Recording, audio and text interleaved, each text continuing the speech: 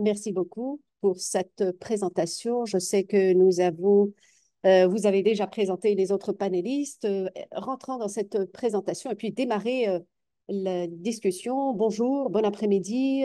Bienvenue à cette conférence en ligne sur l'exploration du potentiel pour une planification conjointe. Nous allons parler du concept, de la conception et les résultats, les observations auxquelles nous sommes arrivés à travers les discussions que nous avons eues après cette présentation. Nous allons rentrer dans une discussion de panel et nous avons avec nous des leaders sur le plan régional dans la région de l'Afrique de l'Ouest, comme il a été mentionné auparavant. Partagez vos questions dans la boîte à conversation à travers toute la présentation. Nous allons prendre vos questions et nous allons les traiter à la fin de la présentation. Maintenant, passez à la diapositive suivante. Avant de rentrer dans le vif du sujet, la méthode et résultats, je voulais vous fournir un peu de contexte sur ce projet de recherche en 2023. Le RHSC a chargé Chemonix de diriger un projet de recherche en partenariat étroit avec eux-mêmes de l'EOAS. L'objectif principal était de mettre les bases qui nous aideraient à mieux comprendre le potentiel de mise en œuvre dans la région, du projet dans la région. Avant même de rentrer dans la planification, je voulais clarifier une chose très importante. Ici, nous ne parlons pas de référence à une activité dans laquelle les pays se réuniraient pour planifier, élaborer un plan d'approvisionnement commun pour couvrir les besoins, mais au contraire, nous allons essayer de définir une activité dans laquelle le projet engage et convoque régulièrement des représentants par pays de la CEDAO et partager, examiner conjointement les plans d'approvisionnement de la planification familiale des pays en vue d'une prise de décision régionale. À travers l'initiative Compass, nous nous sommes intéressés à la documentation, la viabilité des processus en Afrique de l'Ouest dans les provisionnements, planification familiale. Nous nous sommes intéressés à la capacité des pays, de la CEDEAO et de l'EOAS, examiner la manière collaborative des plans d'approvisionnement. Nous avons évalué qualitativement le paysage et engager des discussions consultatives auprès d'un éventail, une panoplie de chercheurs pour élaborer un rapport qui exploite et informe la communauté, les opportunités, recommandations et aussi la planification conjointe qui pourrait être mise en œuvre dans la région. En tant que première étape, nous avons examiné pour informer des études documentaires pour informer, orienter le projet de recherche. Nous avons ceci nous a aidé à clarifier des questions d'apprentissage, définir la planification conjointe d'approvisionnement, comprendre et avoir une bonne compréhension de la nécessité des avantages d'une approche régionale, et puis aussi comprendre comment d'autres efforts régionaux peuvent ainsi apporter un éclairage sur ce qu'il faut prendre en compte de la planification.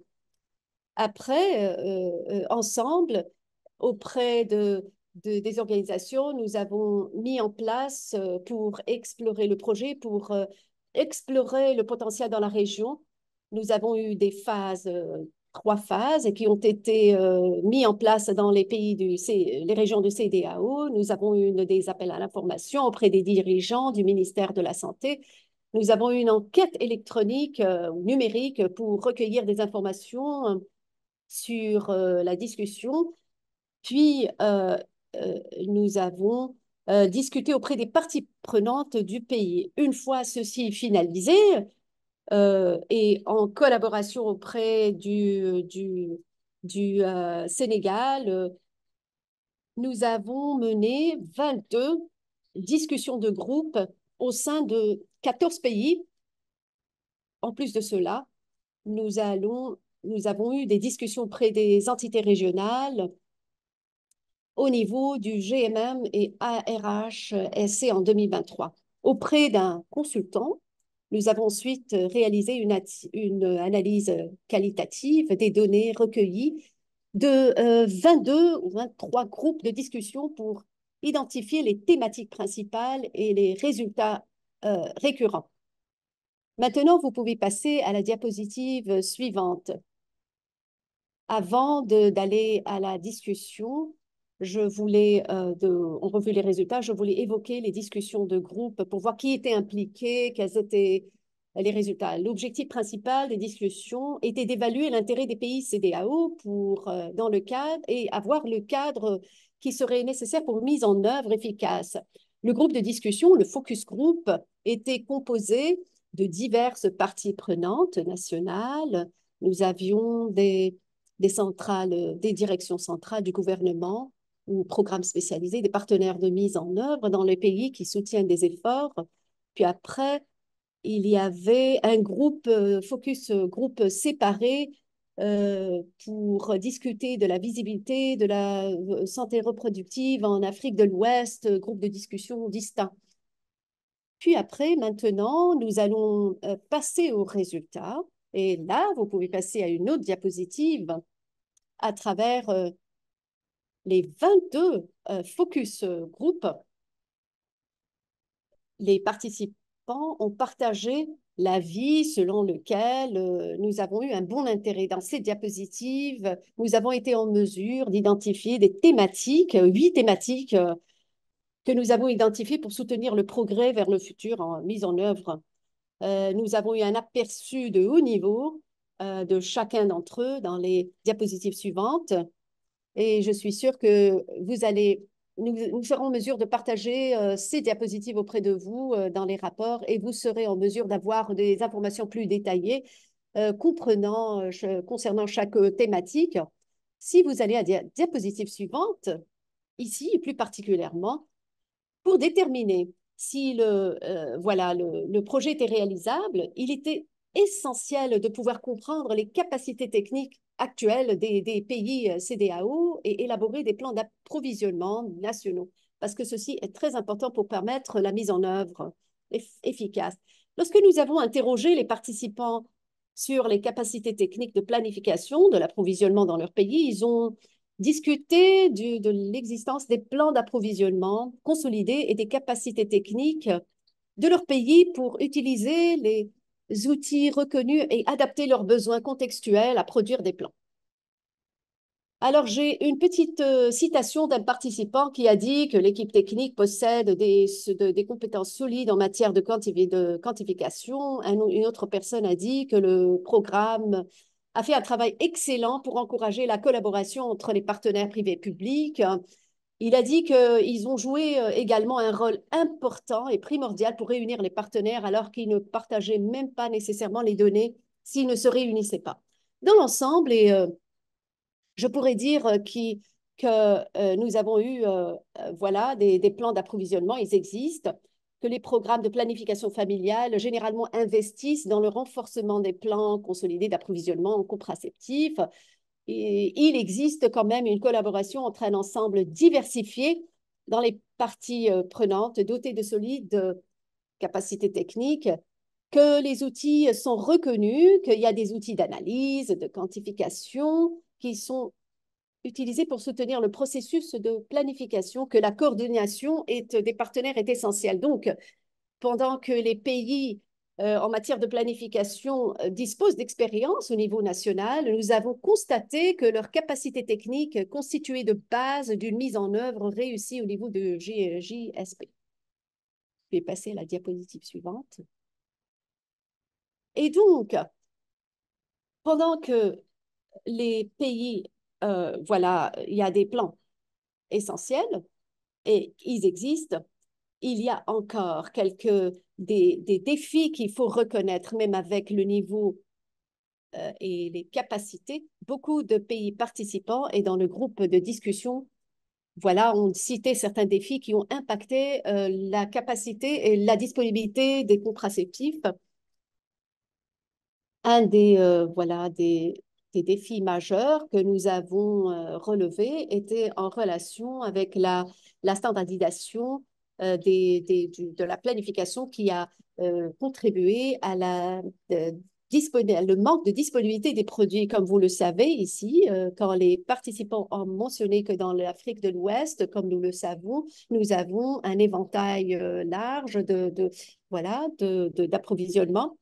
Et même avec les définitions de ces approvisionnements entre un pays et un autre, il n'y a pas de planification, il n'y a pas de point de données commun entre ces pays. En général, nous avons constaté que même si les défis existent, il y a des opportunités pour renforcer le processus, par exemple. Ça pourrait voilà, aider les décideurs à prendre de meilleures décisions sur le plan international, régional, et avoir une bonne terminologie, des outils, des méthodes communs pour évaluer et relever les défis existants. Ça peut offrir un nouvel espace au pays pour discuter des moyens pratiques afin de plaider en faveur de financement des fournitures en termes de planification familiale.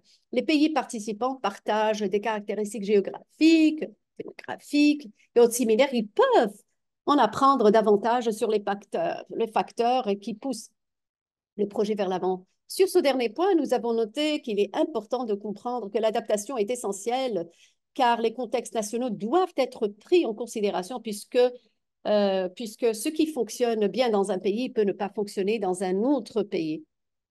Pour cette troisième thématique, la plupart de ces pays comptent sur les pays donateurs pour mettre en place un plan particulier et pour avoir voilà, des contributions financières. Tous ces pays ont dit que pendant la discussion, que ces ressources étaient difficiles à mobiliser et ça devient de plus en plus défiant, surtout par rapport au prix des contraceptifs.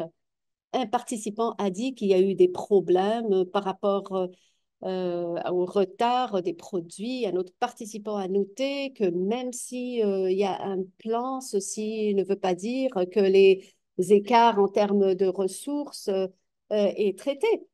Ici, plus particulièrement, nous pensons par rapport à ce concept de planification, nous avons la possibilité de pouvoir investir plus d'efforts et de mécanismes et de communiquer auprès de partenaires bilatéraux pour que ces écarts soient remplis. Un autre bienfait d'un planning de provisionnement conjoint et de pouvoir avoir plus de ressources efficaces pour avoir une efficacité plus particulière au niveau des économies.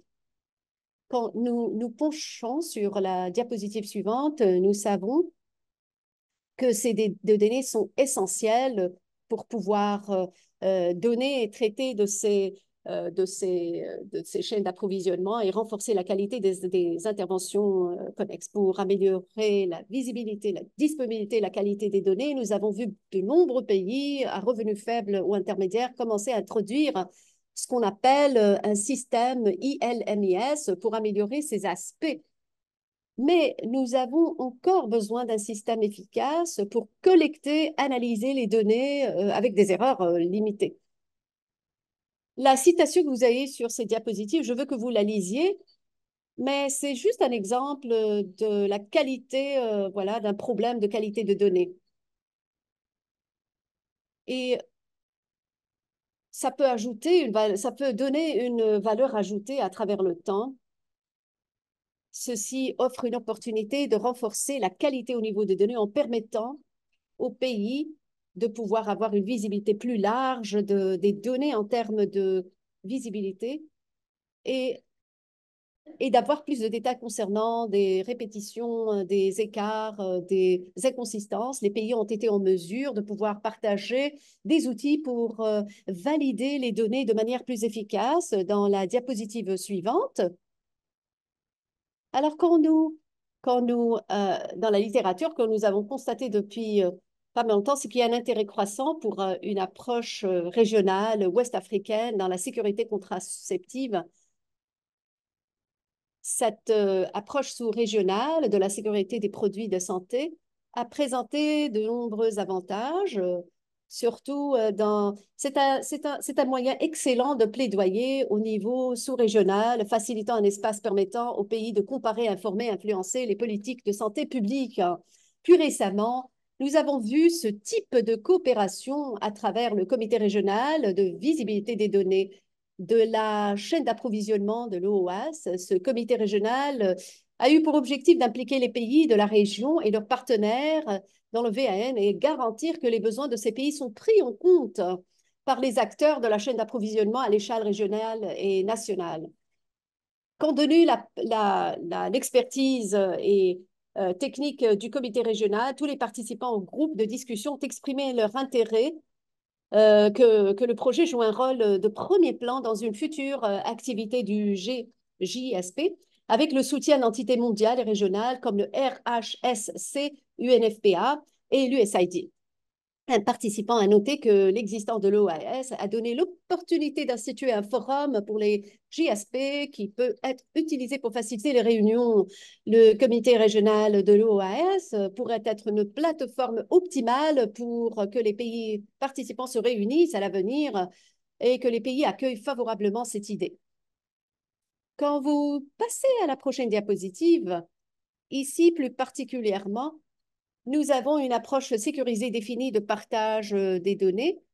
Nous avons, euh, au cours des groupes de discussion, nous avons demandé à tous les participants de donner un point de vue sur les éventuels obstacles formels ou informels au partage de l'examen en théorie. Nous avons donc donné à tous les participants de présenter leur perspective concernant des obstacles formels et informels et aussi donner une révision du planning auprès d'autres pays. Tous les participants en théorie n'ont vu aucun obstacle immédiat concernant le partage des données sur les plans d'approvisionnement avec d'autres pays de la région. Cependant, en pratique, la plupart des participants ont exprimé leur inquiétude quant à la réticence des autres pays à partager les données, un type de données à partager, la manière dont les données d'un pays seraient sécurisées et protégées, et la manière avec laquelle d'autres pays utiliseraient leurs données.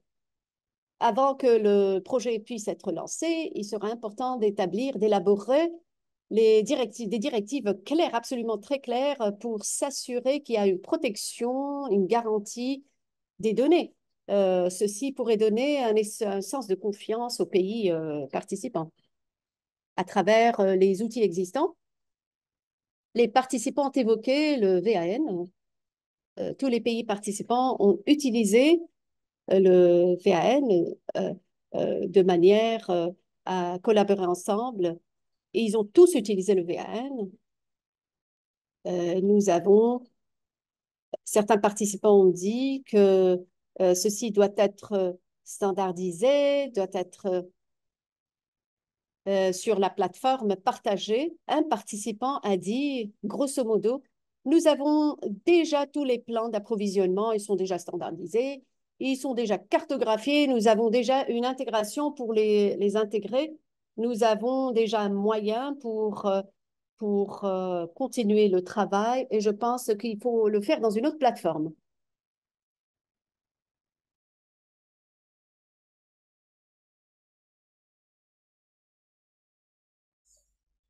En réfléchissant au retour, alors il est très important de réfléchir comment on fait cette chaîne d'approvisionnement. Et cette chaîne d'approvisionnement est importante par rapport à ces mécanismes. Nous voulons que ceci existe, puisse exister dans ce processus, car ceci serait essentiel en matière de réussite. Nous avons plusieurs partenariats bilatéraux et multilatéraux, et nous avons des parties prenantes travaillent avec les pays afin d'appuyer ces processus à travers des directives techniques.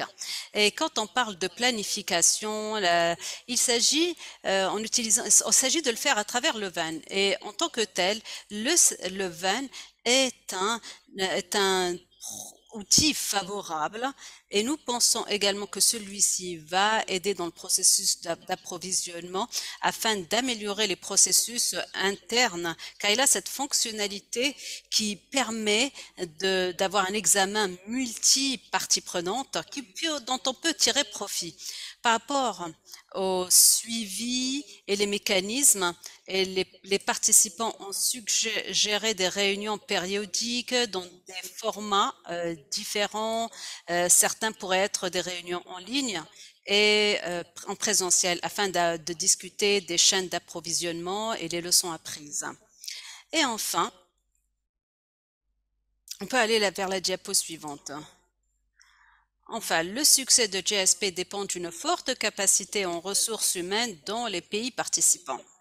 Et comme nous l'avons noté dans le thème numéro un, il existe des capacités techniques pour utiliser des outils, adapter les plans aux besoins, utiliser les outils et contextualiser les plans.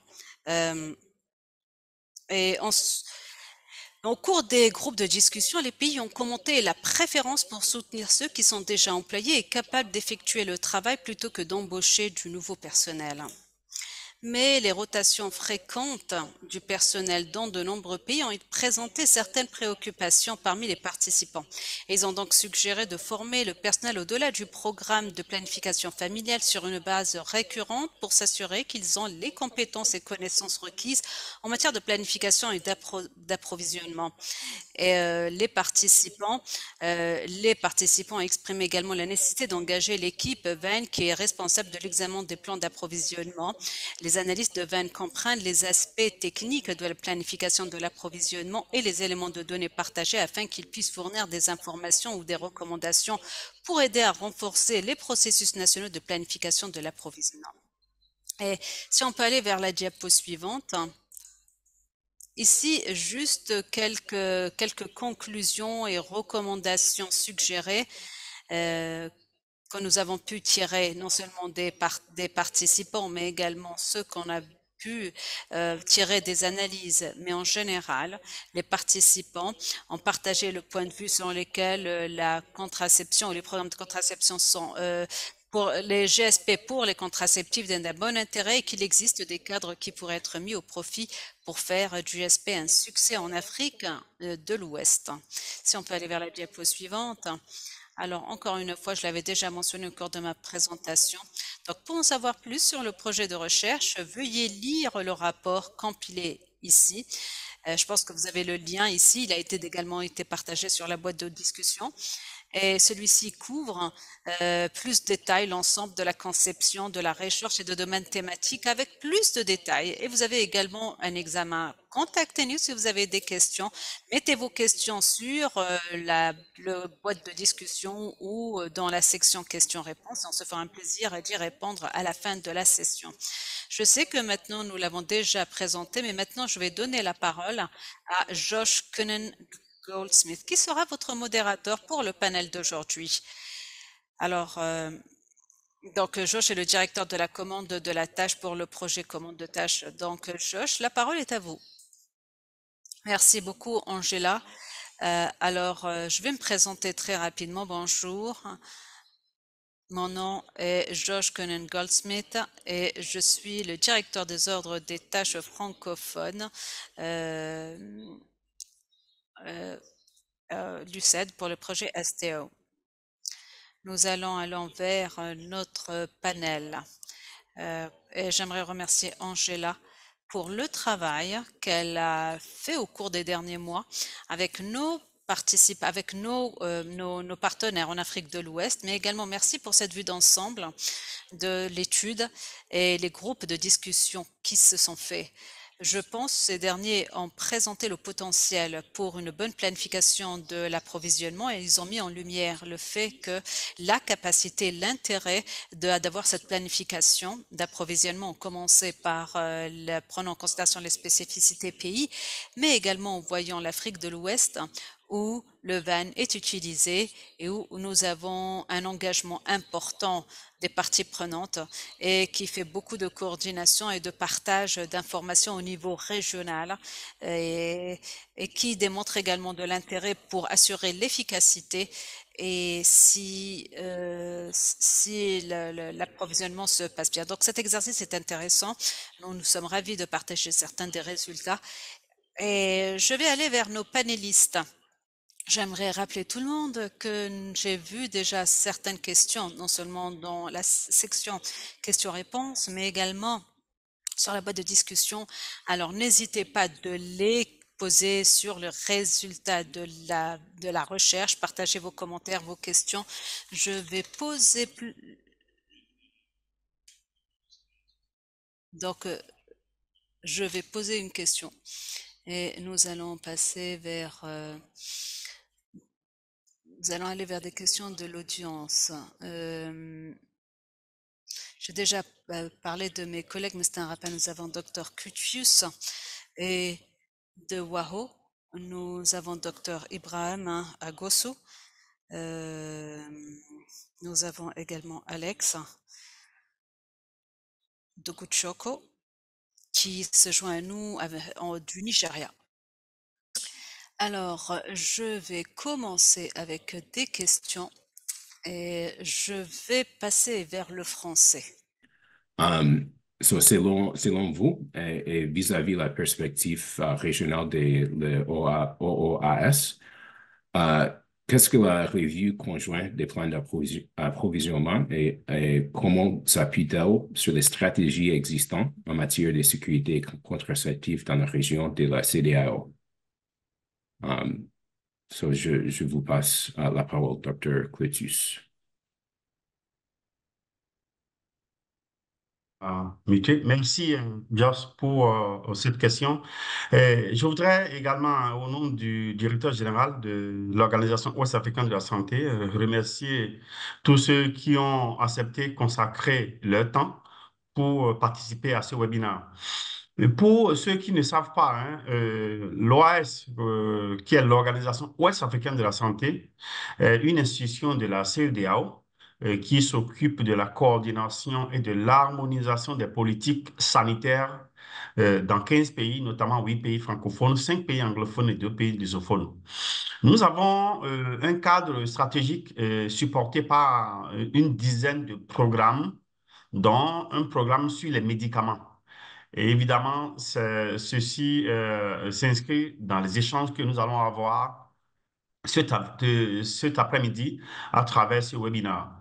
Pour revenir à la question de Joss, je voudrais déjà attirer notre attention sur le fait que nous discutons ici de la revue conjointe des plans d'approvisionnement et non de la planification conjointe des appros. Je pense que cette confusion-là découle du terme Joint Supply Chain et Angela l'a bien dit dans sa présentation. Donc, je voudrais qu'il n'y ait pas de la confusion dans nos têtes par rapport à la clarification de ce concept. Nous sommes en train de discuter ici, évidemment, de la revue conjointe des plans d'approvisionnement. Donc, il ne s'agit pas d'avoir un plan d'ensemble. Il ne s'agit pas d'avoir un plan d'approvisionnement pour les 15 pays. Chaque pays va continuer à avoir son plan, mais nous allons conduire le processus de revue de ces plans-là ensemble, dans une perspective d'échange d'expérience. Nous avons quelques expériences dans le domaine hein, pour ce qui concerne notre région. Comme vous le savez, l'OAS finance l'achat des produits contraceptifs dans les 15 pays. Mais contrairement aux autres partenaires, nous donnons le leadership de l'achat au pays, ce qui suppose que ce sont les pays eux-mêmes qui conduisent le processus d'achat du début jusqu'à la fin. Cela suppose aussi que c'est le pays qui élabore le dossier d'appel d'offres, c'est le pays qui reçoit les offres, c'est le pays qui analyse les offres, c'est le pays qui signe le contrat avec le fournisseur. Nous, on ne se contente que de payer le fournisseur quand les produits sont livrés au magasin. Mais ce que nous avons initié, qui rentre dans le cadre de l'échange que nous sommes en train de mener ici, c'est ce qu'on appelle la revue conjointe des DAO. C'est-à-dire quoi? C'est-à-dire, chaque année, nous réunissons tous les pays autour d'une table où nous évaluons, nous analysons, nous révisons les DAO de chaque pays devant tous les autres pays. C'est-à-dire quoi? On a 10 pays dans la salle et chaque pays vient avec son DAO, son dossier d'appel d'offres pour acheter les produits pour lesquels nous finançons. On prend le Bénin. On révise le plan du Bénin, le DAO du Bénin. Après, devant tout le monde, on prend le DAO du Burkina, on révise le DAO du Burkina devant tout le monde. On prend le DAO du Ghana, on révise devant tout le monde. Et avant qu'on ne se rende compte, le dernier pays, qui est le Togo, puisqu'on prend l'ordre alphabétique des pays, avant qu'on ne se rende compte, le plan du Togo ou le DAO du Togo est déjà parfait. Parce que le Togo commence à changer les choses. Au fur et à mesure qu'on avance dans l'analyse, chaque pays va changer les choses, change les choses, change les choses. Et finalement, on tend vers des dossiers faits parce que les pays ont l'opportunité d'échanger entre eux, d'apprendre entre eux pour pouvoir améliorer leur dossier d'appel d'offres. Donc, c'est un peu ce que nous sommes en train de faire, nous faisons comme expérience. Et je pense que c'est de cette stratégie-là qu'il s'agit ici. Partager les expériences afin de mieux élaborer les plans d'appro et de mieux les mettre en œuvre. Parce que si on partage les expériences de la revue de ces documents ensemble, les pays vont apprendre les uns des autres et vont améliorer leurs pratiques en termes de planification des approvisionnements parce qu'ils auront déjà appris du Bénin, du Togo, etc., mais également en termes de mise en œuvre de ces plans-là. Et nous avons les moyens pour le faire. Nous avons les moyens pour le faire, puisque une composante de la question de JOS est de savoir quelles sont les stratégies en place. Je viens de partager avec vous une expérience que nous avons. J'espère que je ne parle pas trop vite pour les interprètes, mais nous avons d'autres initiatives qui sont en cours. Le VAN, par exemple, dont la directrice est dans cette plateforme-là, que je salue de passage. Nous avons notre L1 système, qui est le système d'alerte précoce que nous organisons chaque année, qui regroupe les directeurs de santé de mail de l'enfant, les centrales d'achat et des structures qui achètent afin que nous puissions échanger des expériences et échanger les produits entre nous. Nous avons également le comité régional qui est une plateforme qui nous permet d'atteindre cet objectif-là, c'est-à-dire il faut déjà que nous partageons les expériences déjà lors de la planification des approvisionnements afin de pouvoir les réussir. Voilà un peu ce que je peux dire. Et une fois encore, remercier les organisateurs les co-organisateurs pour cette initiative-là. Merci beaucoup à toi. Merci beaucoup, Dr. Clétis. Et je crois que c'est vraiment évident comment un processus conjoint renforce un processus sur chaque pays. On ne parle pas nécessairement d'un plan conjoint, mais un processus conjoint qui renforce ce qui existe déjà sur chaque pays. Je crois, j'ai maintenant une question pour Dr. Ogasu, qui va dans ce sens, parce que la perspective nationale est très importante. Selon vous, et si après le groupe de discussion qu'ils ont eu lieu au Togo, en quoi la revue conjointe des plans d'approvisionnement est-elle pertinente pour vous aujourd'hui? Et quel sera l'impact sur le supply planning dans le pays dans les pays de la CEDEAO? So, Dr. Ogasu, bienvenue. Merci beaucoup, Joss. Et je crois que le docteur Clétis a dit beaucoup sur les éléments de réponse également. Et la revue conjointe des plans d'approvisionnement, à mon avis, permettra au pays d'avoir la situation des stocks dans les pays voisins. Et ceci permettra donc à ces pays-là de s'informer sur les possibilités de transfert entre pays, soit pour prévenir une rupture, soit pour prévenir un surstockage,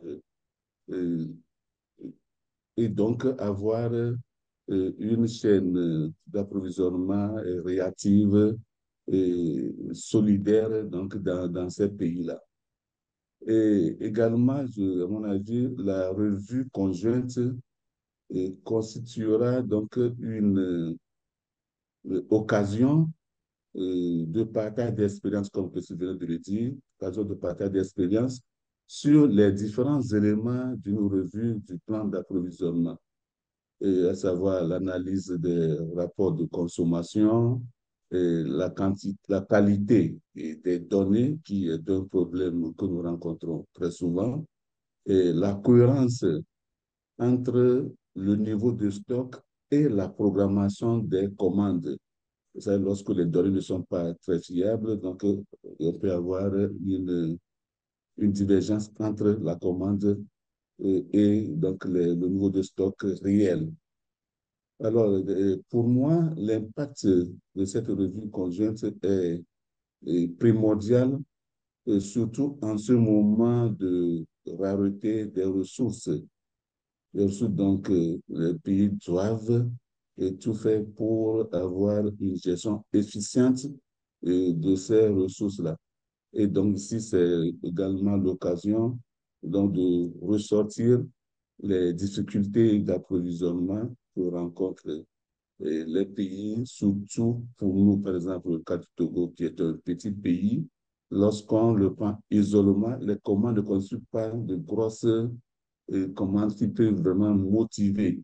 Mais une revue conjointe permet donc de ressortir ces différentes difficultés et de voir comment est-ce qu'on peut procéder pour avoir les produits disponibles à tout moment pour le bon fonctionnement. Pardon, le bon fonctionnement donc du programme. Voilà donc ce que je peux dire par votre pays et en dehors de ce que Dr. Clotilde venait de dire. Merci beaucoup. Je vais passer vers l'anglais. J'ai une question maintenant pour Alex. Après Dr Ougassou, celui-ci avait parlé pourquoi la planification conjointe était tellement importante et que ceci impacte la planification à travers la CEDEAO. Je voulais un peu mieux comprendre selon votre perspective au Nigeria. Qu'en est-il des défis que vous rencontrez? Quels sont les défis? Quelle est la partie de la planification conjointe qui pourra vous aider et comment ceci pourrait réduire les problèmes ou le manque de produits dans le domaine d'approvisionnement? Et encore une fois, bienvenue Alex. Merci beaucoup pour cette opportunité pour présenter mon point de vue sur les aspects liés au plan conjoint de planification de chaîne d'approvisionnement. Alors, ce qu'il faut savoir, que en fait, il y a beaucoup de choses que nous pouvons faire afin de réduire les défis en Afrique de l'Ouest. Entre autres, il est important de réduire les écarts. Ceci va nous aider à régler les problèmes de financement dans le sens où quand vous avez un plan conjoint avec d'autres pays, quand vous êtes assis autour de la table avec d'autres pays et que vous voyez comment ils font la planification, vous pouvez mieux, vous êtes à même où vous avez des écarts et à partir de là, vous pouvez l'utiliser et même les autres partenaires ou notre organisation peut l'utiliser pour plaidoyer, pour faire un plaidoyer. Et il devrait y avoir une manière pour synchroniser les meilleures pratiques et de faire avancer le plaidoyer. Nous essayons de voir comment chaque pays essaie de faire pour voir comment ils peuvent avoir des fonds. Cette étude, ce travail, cet exercice ensemble nous permet de discuter ensemble comment utiliser l'argent à bon escient mais également réduire les coûts en mettant en place cette planification conjointe. On peut parler également du stock, comment on peut mieux stocker. Vous savez, la planification conjointe nous permet de savoir où vous avez des problèmes. À titre d'exemple, je n'ai pas très bien Clétus, car je ne comprends pas très bien le français, mais je sais très bien qu'il avait parlé sur comment d'autres pays aident d'autres pays pour s'assurer qu'ils puissent régler leurs problèmes de stockage, ne pas avoir un surstockage. Par exemple, en Nigeria, nous avons eu à travers l'organisation, à travers de WAHU, bien que nous n'avons pas de temps en temps, nous n'avons pas de visibilité à cause du manque de données. Si vous n'avez pas de données, vous ne pouvez pas faire cette planification. Et ne pas avoir je reviens vers ce que j'ai dit, et le fait de voir ce qui se passe dans les autres pays en travaillant ensemble, ce plan conjoint nous aide, il nous permet d'avoir une meilleure visibilité. Chaque pays peut savoir où il se trouve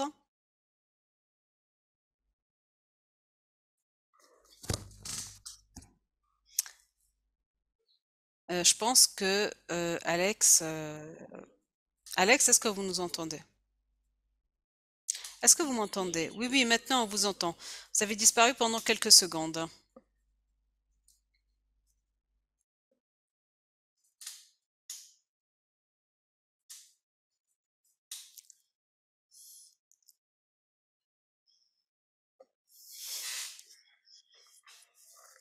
Ça se coupe, mais si votre connexion vous le permet, vous pourrez terminer votre intervention. Ce qu'il faut savoir, c'est qu'à 1 minute à peu près, on ne vous entendait plus.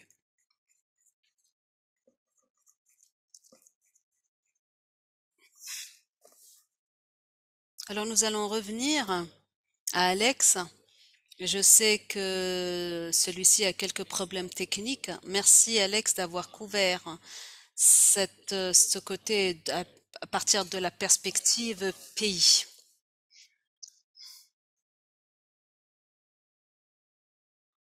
Je suis désolée Alex, vous avez quelques problèmes de connexion.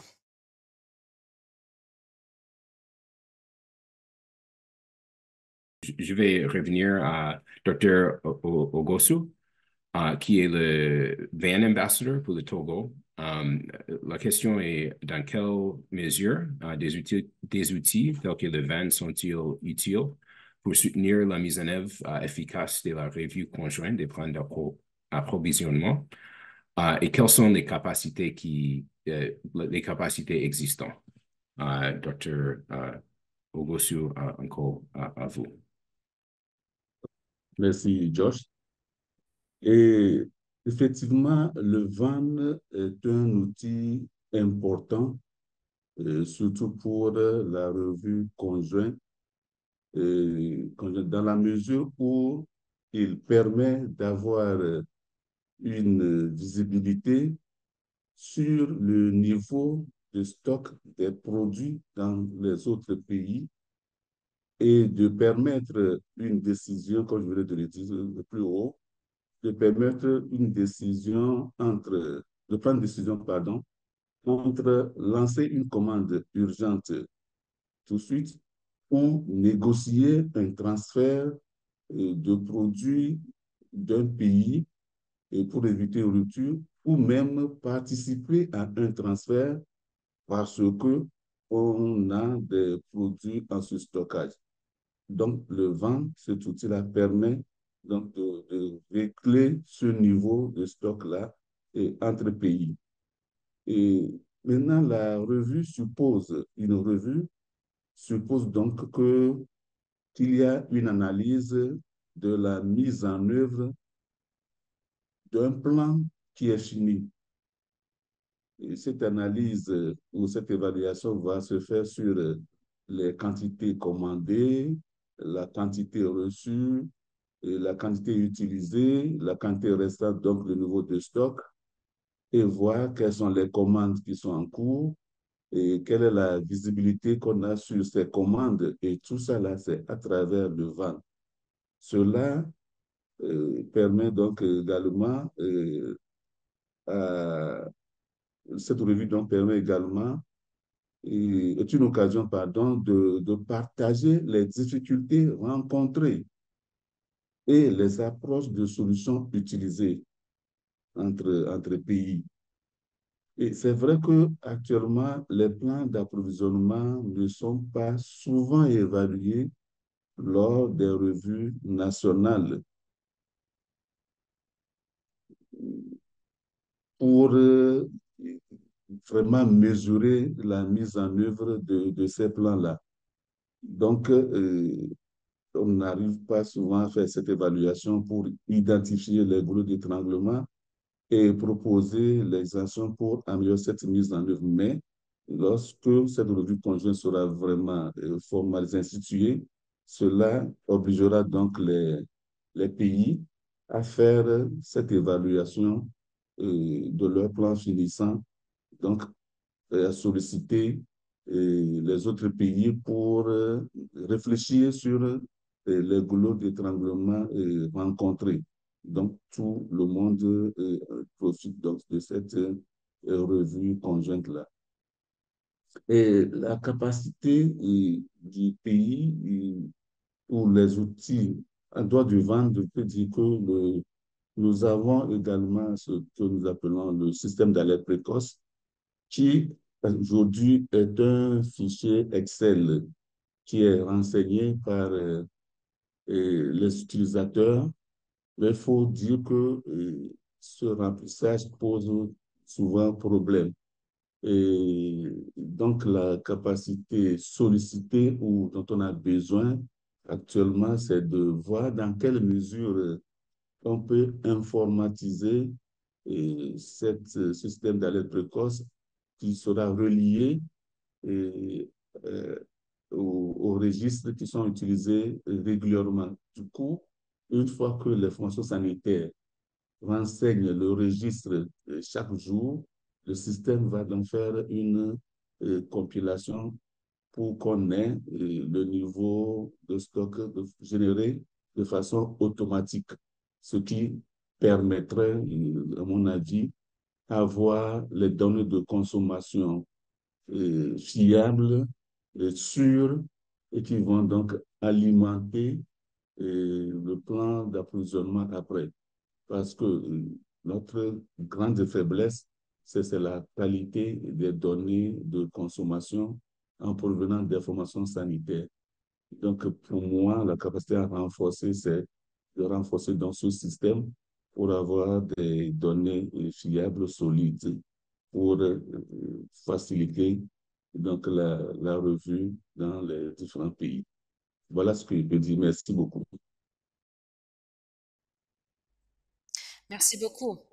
J'ai deux questions pour les panélistes et à partir de là, on va couvrir cela dans les 5 minutes et puis on passer vers les questions de l'auditoire.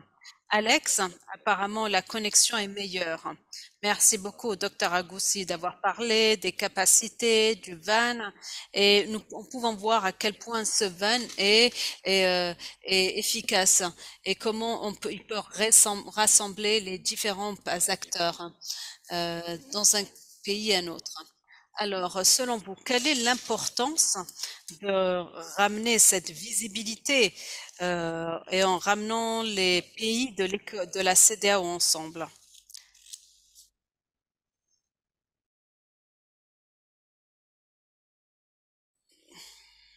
Je réponds en même temps? J'ai mentionné que cette question est pour Alex. Ah, Alors, d'accord, apparemment, d'accord. OK. c'est une question pour Alex. OK. OK. Alex, si vous pouvez répondre à cette question.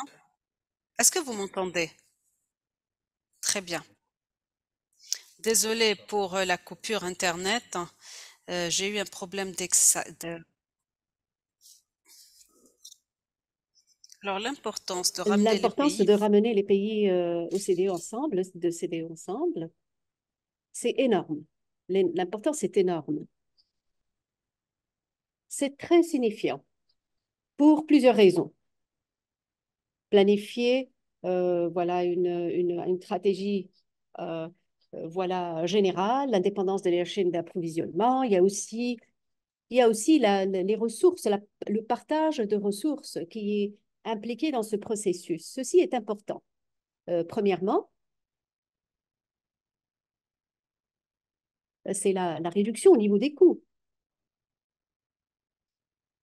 Il y a aussi l'avantage d'une planification collaborative. Nous avons des logistiques partagées, nous avons aussi des stockages qui sont partagés, et, et ceci réduit les coûts de manière significative. Donc, la planification conjointe, quand elle est en place, ce sont les avantages auxquels nous pouvons arriver. Ça aide les pays à négocier de façon meilleure. Et aussi avec les fabricants, une meilleure négociation auprès des fabricants. Et aussi, c'est un avantage au niveau des coûts, comme je l'ai dit, une meilleure collaboration. Parce que quand vous vous réunissez ensemble, nous, je, on voit qu'au niveau de la passation des marchés, on est capable de discuter, de négocier auprès des fabricants. Et ça, c'est un avantage. On ne peut pas le faire. On ne peut pas le faire et l'accomplir sans être ensemble en tant que mission, en tant que région, en tant que région. Euh, euh, euh, Se rassembler ensemble, regarder au plan d'approvisionnement et puis s'arrêter et dire, OK, il y a une passation de marché à travers ces pays, comment on pourrait se rassembler pour pouvoir discuter et négocier auprès des fabricants de façon meilleure. De cette façon, les prix se réduisent et un autre avantage, c'est que, bien sûr, ça enrichit les ressources. En permettant les pays à se rassembler, il y a une identification, un meilleur partage à l'accès des marchandises. Quand nous avons un surstock, nous pourrons le partager auprès des autres pays. Ceci, nous avons la réduction bien sûr, comment dire, des pertes, une réduction des pertes et aussi la connexion a été. Il y a aussi le partage de la technologie, le partage grâce à cette plateforme partagée. On est en mesure d'utiliser le van. On sait à l'avance que c'est efficace comme système dans notre chaîne d'approvision, dans notre gestion. L'utilisation de van permet au pays de se rassembler et de pouvoir accéder aux ressources qui pourraient être rajoutées et dire, OK, nous avons des informations qui sont spécifiques à certains pays, à un pays particulier. Cette année, par exemple, nous avons suggéré de pouvoir entreprendre ce processus par certains pays et que ce pays soit géré.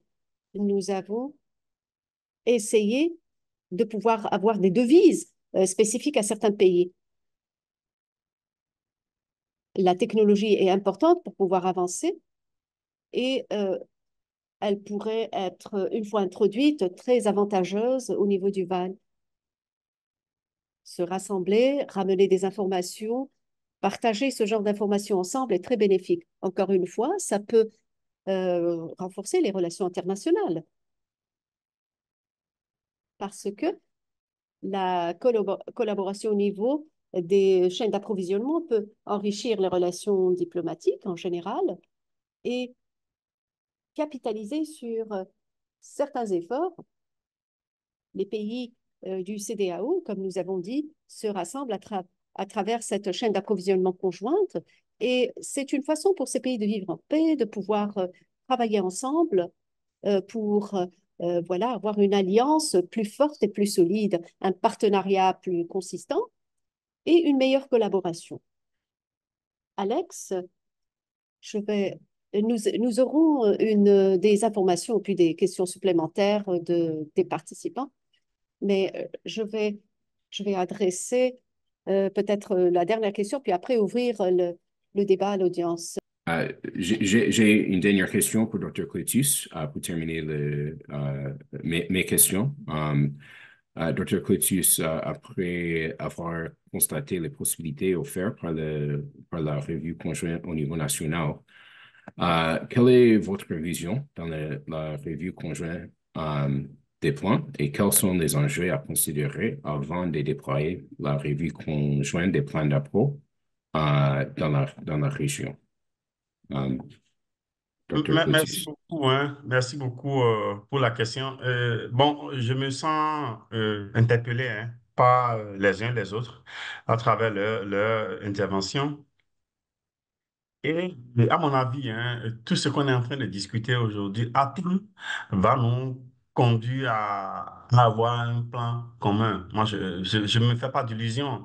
Et au début de mon intervention, j'avais dit il fallait séparer les choses. Il fallait savoir que à l'heure où nous parlons, nous sommes en train de dire nous allons réviser nos plans ensemble pour apprendre les uns des autres. Mais l'étape suivante pour nous, pour ce que nous avons comme vision, c'est de voir dans quelle mesure, et comme Alex l'a dit, hein, de voir dans quelle mesure nous allons avoir un plan pour notre région, un plan commun. Nous ne sommes pas là aujourd'hui, mais quand on est en train de parler de la vision, et si on parle de la vision, on doit savoir se projeter dans le temps et dans l'espace. Et donc, c'est cette projection-là qui me mène à dire, oui, nous sommes en train de réfléchir dans ce sens-là, non seulement d'avoir un plan régional, pour ajouter de la valeur à ce que nous sommes en train de faire, mais également aller vers les achats groupés. C'est ça la question. Donc, c'est de voir dans quelle mesure nous allons travailler ensemble pour aller vers les achats groupés et gagner en temps, en efficacité et surtout en économie d'échelle. Parce que quand on achète ensemble, nous allons économiser en termes de coûts. Et l'initiative est en cours à l'OAS, hein, et suite à la pandémie de Covid. La conférence des chefs d'État a instruit l'OAS de travailler pour avoir un mécanisme d'achat groupé pour les médicaments de façon globale. Et nous sommes en train de travailler avec cette équipe-là pour voir également certains de nos produits, les produits contraceptifs, dans ce lot de produits qui va être expérimenté en achat groupé. Oui, les défis, c'est quand même important, hein. Quand on parle de défis, je pense qu'il y a ce qu'on appelle la souveraineté des États. Chaque État a une force. Chaque État a une souveraineté. Donc, il va falloir que les États puissent donner quelque chose. C'est un sacrifice. Donner non seulement la possibilité aux pays d'échanger des informations confidentielles entre eux et les fournisseurs. Parce que si on dit aujourd'hui que ça soit la revue conjointe des plans d'appro ou que ça soit avoir un plan d'appro commun pour notre sous-région, il va falloir que le Togo accepte que le Bénin ait accès à ces données. Et non seulement le Bénin ait accès à ces données, mais tous les autres 14 pays accèdent à ces données, y compris les fabricants et les fournisseurs. Donc, il y a d'abord cette première étape-là qui est une étape fondamentale à franchir. En dehors de ça, si on parle d'achat groupé, il va falloir que des pays acceptent, mettre ensemble leurs ressources, que ce soit les ressources humaines et les ressources financières. Parce que le Togo, le Bénin, le Libéria doivent pouvoir dire, OK, moi, je donne, j'ajoute, je contribue dans un fonds commun, c'est ce qu'on appelle le basket fund, pour qu'on puisse acheter. Vous voyez un peu? Donc, le chemin est encore long, mais comme la question était de la vision, je pense que la vision à terme va être absolument de travailler à avoir un plan unique pour notre région, de travailler à avoir un mécanisme d'achat groupé afin non seulement de gagner un temps en efficacité, mais également de gagner en coût. Merci beaucoup à vous. Maintenant, je vais passer à l'anglais. J'ai vu plusieurs questions sur la boîte à conversation. Je vais encourager ces participants à poser davantage de questions et, et puis après, rentrer dans la boîte à conversation, traiter de toutes ces questions. Ces questions ont été partiellement adressées, mais je pense qu'il y a plus de questions à traiter dans cette session. Je vois qu'il y a plus de questions qui sont acheminées vers la boîte à conversation. De la boîte à conversation, nous avons d'interventions horizontales, d'implémentation, de mise en exécution, des marchandises, des évaluations de marchandises, etc., des questions liées à cette thématique, Julia, RHAC. Si vous avez d'autres commentaires, puisque vous êtes très impliqué dans la conception de ce projet et de l'étude de ce projet, Clétus peut-être pourra vous donner la réponse à vos commentaires. Merci beaucoup, Josh. Et merci beaucoup pour toutes les questions primordiales qui ont été posées. Ce sont des points importants, surtout que nous nous penchons sur l'intégration et les possibilités existantes auprès des régions thérapeutiques. Nous avons discuté de la coalition, nous avons pensé au mouvement en tant que tel auprès des produits de reproduction. Il y a plusieurs parties thérapeutiques, il y a des réalités au niveau du marché et il y a des processus de planification. Il est important ainsi de comprendre la réalité de chaque aspect et comment arriver vers une prise de décision plus efficace qui serait instrumentale dans la partie de ce projet. En tant que Dr. Ada Hinson a dit, Nous avons parlé du mouvement auprès de l'Afrique de l'Ouest, le PAN, les systèmes qui portent leur attention sur la planification familiale, les produits contraceptifs. Il est important de pouvoir se pencher sur ce concept pour montrer les possibilités de ce que cela va être reflété dans certains pays. Est-ce que cela va être similaire dans d'autres marchés? Prendre en compte comment les marchés fonctionnent et comment les pays créent des possibilités aussi au niveau de ces marchés. Ça fait partie de l'approche qui paraît nécessaire globalement pour adresser cette question liée au mécanisme général. Ainsi, il est important de pouvoir regarder les systèmes d'intégration et l'effet de cela sur le marché de contraception et si ceci peut être applicable et réalisable au niveau d'autres marchés.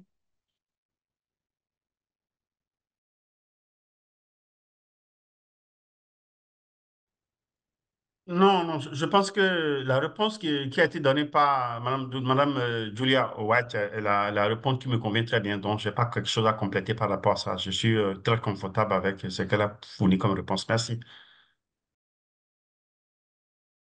Maintenant, je vais passer aux questions suivantes. Il y a deux questions qui ont été adressées dans la boîte à conversation. Nous avons adressé ces questions partiellement, mais j'aimerais relire ces questions dans l'intérêt de clarification. La première question dit, avec la planification conjointe, si il faut qu'il y ait une passation de marché pour arriver à l'échelle, et est-ce que les programmes nationaux, que ce soit mis en place par les entités privées ou publiques, pourraient arriver à une économie efficace? Deuxième question, quelles sont les améliorations qui ont été réalisées au niveau des régions?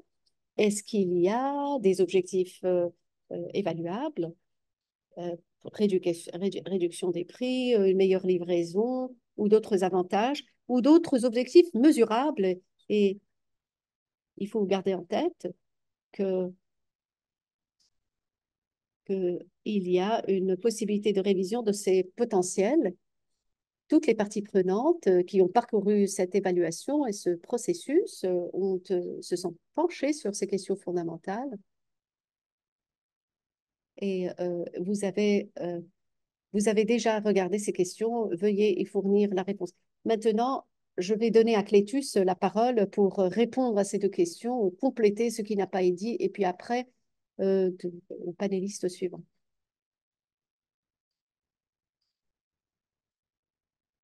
Vous avez parlé très rapidement, je n'ai pas vraiment. Est-ce que vous pouvez réviser la question? Je n'ai pas bien capté votre question. Est-il possible de le refaire? Nous, nous voulons vraiment que vous soyez plus exhaustif et plus lent dans votre intervention pour que nous puissions capter l'objectif ou bien l'idée générale derrière ce que vous avez dit.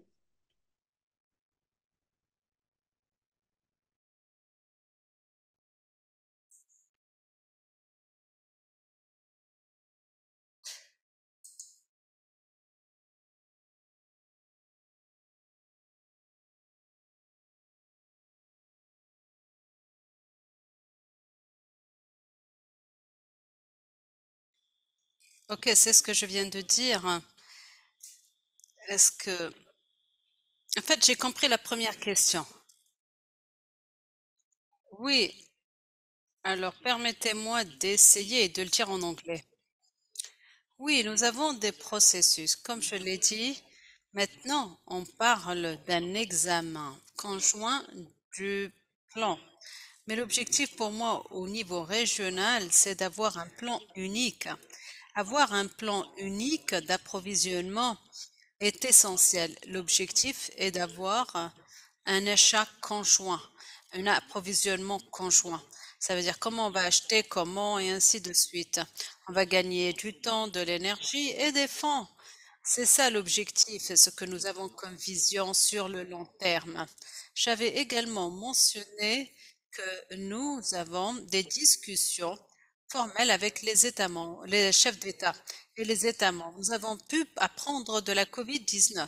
Nous devons mettre un plan d'action pour faire, et le système est en cours et l'objectif est de contrer les pandémies qui pourraient surgir en Afrique de l'Ouest.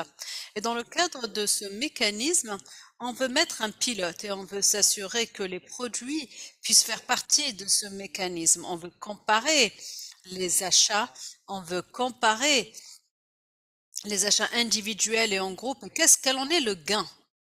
C'est sur quoi nous sommes en train de travailler actuellement. Vous avez parlé de l'UNFPA. Oui, nous travaillons avec l'UNFPA depuis des années, d'autres organisations internationales. Et vous savez, notre mandat de la CEDEAO, notre mandat nous vient des chefs d'État. S'ils nous décident de travailler avec n'importe quelle organisation, nous devons le faire. Alors, il est important de noter que nous avons beaucoup de demandes de l'UNFP, de l'USAID, et on se dit, ben, pourquoi on ne devrait pas faire un plan conjoint? C'est ça notre vision, c'est ce que nous essayons de mettre en place à notre niveau. Merci beaucoup et j'espère que j'ai pu répondre à votre question. Et à vous la parole, Josh. Vous avez non seulement répondu à des questions que je vous ai posées au préalable. I'm going to take, je vais lire la deuxième question en français aussi. Il est quelles sont les améliorations que les agences d'approvisionnement au niveau national ont apportées à leurs appels d'offres? Existe-t-il des objectifs spécifiques et mesurables, par exemple pour la réponse des fournisseurs, tels que des réductions de prix ou une livraison complète dans le délai, ou des autres améliorations mesurables concrètes au niveau national? Je vais essayer de voir si le docteur Ugosu ou Alex du Nigeria peut répondre à cette question. Je veux également vouloir y répondre. Alors là, on parle de l'équivalent de CAMEG au Togo. On parle de PNFC du Niger qui sont chargés des achats. Ce sont des agences d'achat, n'est-ce pas? C'est de ça dont vous faites. Oui, oui, exactement. Alors, si c'est le cas, ce que je peux vous le dire, selon de notre perspective en tant qu'organisation ouest-africaine de la santé, nous essayons de renforcer les capacités de ces agences d'approvisionnement. C'est pour cette raison que nous ne sommes pas gênés de les laisser acheter, on les laisse acheter ces produits eux-mêmes. Quand vous voulez renforcer les capacités de quelqu'un, vous leur donnez de leadership et vous essayez de voir comment ils arrivent à le faire. C'est comme ça qu'on peut améliorer les choses. C'est ce que nous faisons depuis 15 ans. Alors, donner l'opportunité d'essayer de développer leurs documents d'appel d'offres, d'évaluer les appels d'offres eux-mêmes, de publier les appels d'offres, d'envoyer des contrats avec les normes, les fournisseurs, ben, c'est pas quelque chose de facile. Au début, ce n'était pas facile. Et maintenant, on les a aidés pour le faire. Et quand ils ont commencé, ce n'était pas facile, mais ils ont commencé à le faire. Et maintenant, ils le font. Ces agences, au tout début, avaient du mal à le faire. Maintenant, ils le font eux-mêmes. Ma première mission, c'était en 2010 au Ghana. Et au Ghana, n'avait acheté aucun produit en ce temps-là. On parle de 2010. Hein. Mais maintenant, ils achètent parce qu'on leur donne des opportunités. Ils utilisent notre argent pour acheter, et en se faisant, ils apprennent. Ce que j'ai vu au Ghana 2010 est la même chose qu'aujourd'hui. Non, il y a des améliorations.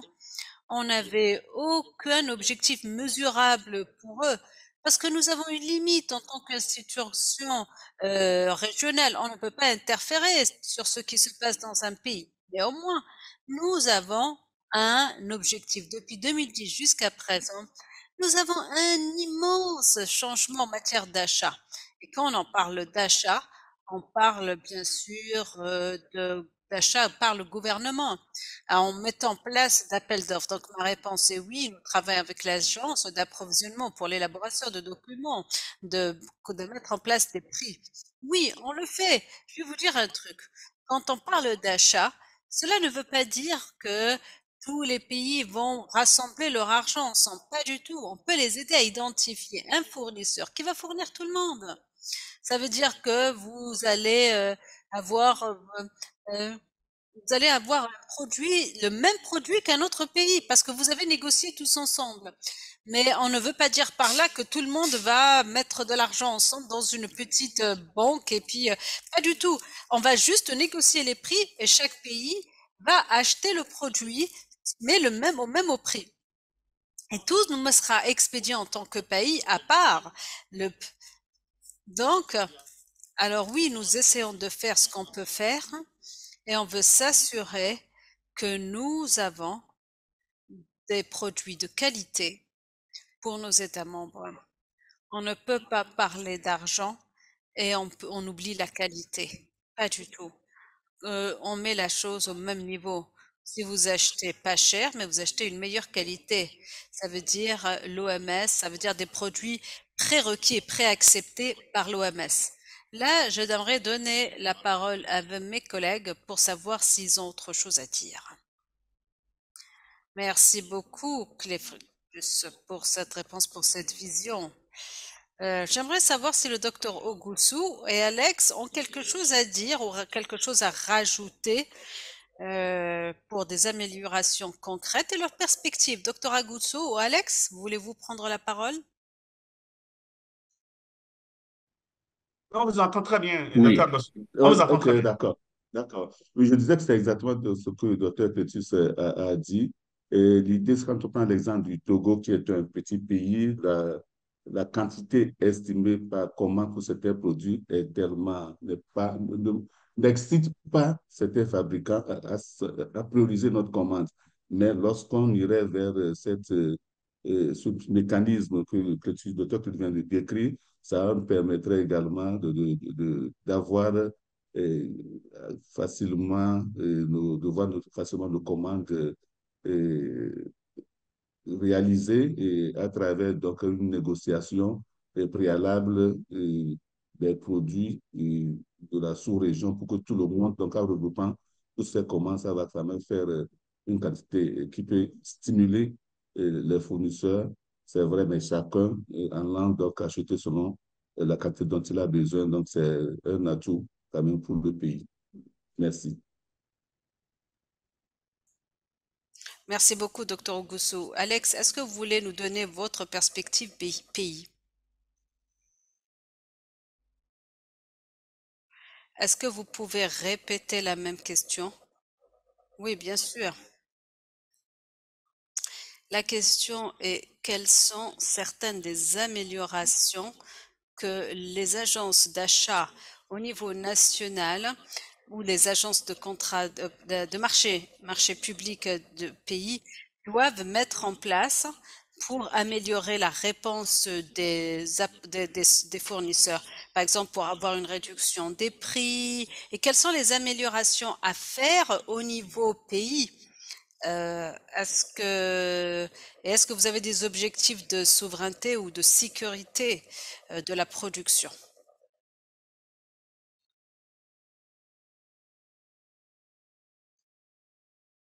Alors pour le Nigeria, les mécanismes d'achat à travers le pays, est-ce que vous m'entendez?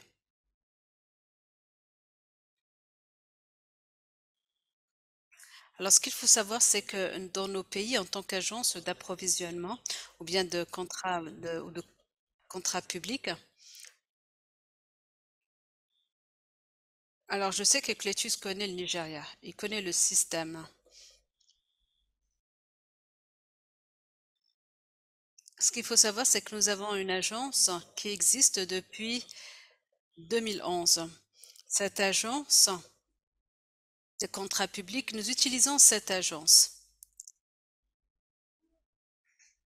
Pourquoi? Parce que je dirais, on l'utilise à cause de ce qui se passe dans le monde. Pour ce qui est des achats, nous n'avons pas été très constants. Mais par rapport au plan d'approvisionnement conjoint, vous savez, il s'agit c'est un nouveau mécanisme que nous venons de mettre en place. Je pense qu'il fonctionne très bien. et qu'il travaille très bien avec notre agence. Je ne pourrais pas dire plus, je ne pourrais pas dire comment ça va se passer à l'avenir. Mais on veut voir l'avenir pour soutenir le Nigeria et aider notre plan d'approvisionnement. Et je sais qu'on pourra bénéficier de ce plan de planification conjoint. Je vous remercie, Alex. Nous arrivons presque à la fin de cette heure. Je vais essayer de voir si quelqu'un a d'autres questions. Mettez-les sur la boîte de discussion. Est-ce que je peux dire quelque chose? J'aimerais voir s'il y a quelqu'un. Clétus. Je pense que c'est l'opportunité de remercier notre communauté, hein, parce on se remercie pas assez. On vit de très loin. Il faut qu'on soit honnête avec nous-mêmes. Et quand on voit un peu notre région, il y a de cela 15 ans, quand moi j'ai commencé à faire ce travail avec l'OAS, et là où nous sommes aujourd'hui, je pense que c'est quand même le gap, il est énorme. Et donc, on doit trouver les moyens pour se féliciter d'où nous venons et ce que nous avons pu faire durant ce temps assez court. Et quand vous prenez par exemple le Van, regardez où nous en sommes. À la date d'aujourd'hui, on a au moins, même si on n'a pas tout le pays, on a quand même une majorité de nos pays qui arrivent à avoir déjà un plan. Avoir déjà un plan d'appro, il y a de cela 15 ans, personne ne pense à ça. Maintenant, on pense à ça. Il y a des pays qui le font systématiquement et qui ont amélioré leurs performances. Il y a des pays qui n'ont pas fait, mais qu'on est en train d'amener à pouvoir le faire. Donc, je pense qu'on doit pouvoir se féliciter, s'encourager par rapport à ces efforts-là que nous faisons dans le sens de l'amélioration de la visibilité de la chaîne d'approvisionnement. Ça, c'est quand même un élément très, très important. Et également, remercier notre communauté par rapport à la flexibilité, par rapport à la générosité dont fait preuve les uns et les autres. Vous voyez, que ce soit au niveau des directions de la santé de la mère et de l'enfant, au niveau de nos partenaires USAID, UNFPA, au niveau de la coalition FTO, USAID, tous ceux qui ont contribué à ce que nous puissions nous rendre compte qu'il faut qu'on se lève pour pouvoir assurer que les produits aillent au dernier kilomètre. C'est quand même un élément important sur lequel moi je voudrais insister et remercier une fois encore les uns et les autres par rapport à l'appui que vous apportez à l'OAS et vous pouvez compter sur nous pour que nous puissions continuer ce voyage-là ensemble. Voilà un peu, moi, ce que je peux dire par rapport au dernier mot et vous dire que cette étude-là que nous venons de faire, nous n'allons pas classer, nous allons essayer de voir dans quelle mesure nous allons l'exploiter dans l'intérêt supérieur du peuple de la CEDEAO. Je vous remercie. Alors, j'aimerais remercier tous les panélistes, les participants, Angela pour la présentation et tous nos co-hôtes de la coalition. Je pense que l'idée de ce travail était d'explorer le potentiel pour une planification conjointe. Il va sans dire qu'il existe beaucoup d'intérêt, de capacité et de potentiel pour une planification conjointe. Je pense également que, vu le travail consolidé qui a été fait par le panel et par les différentes parties prenantes avec le VAN sur la planification avec l'Organisation de la santé ouest-africaine a beaucoup aidé. On peut continuer à travailler avec les outils. Juste pour respecter le temps de tout le monde, j'aimerais vous remercier toutes et tous d'avoir pris le temps sur votre temps. Et j'aimerais remercier tout le monde, ceux qui ont présenté, ceux qui ont participé.